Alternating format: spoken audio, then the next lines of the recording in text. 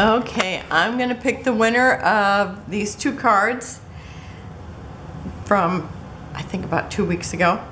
And anyhow, I've got everything loaded and we have 8 comments. Okay, pick a winner.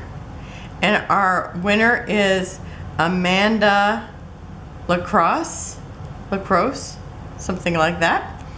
And so Amanda, just get a hold of me. I will put my email address down below. You can connect with me there, or you can connect with me on Instant Messenger. So congratulations, and I will get them out to you as soon as you contact me.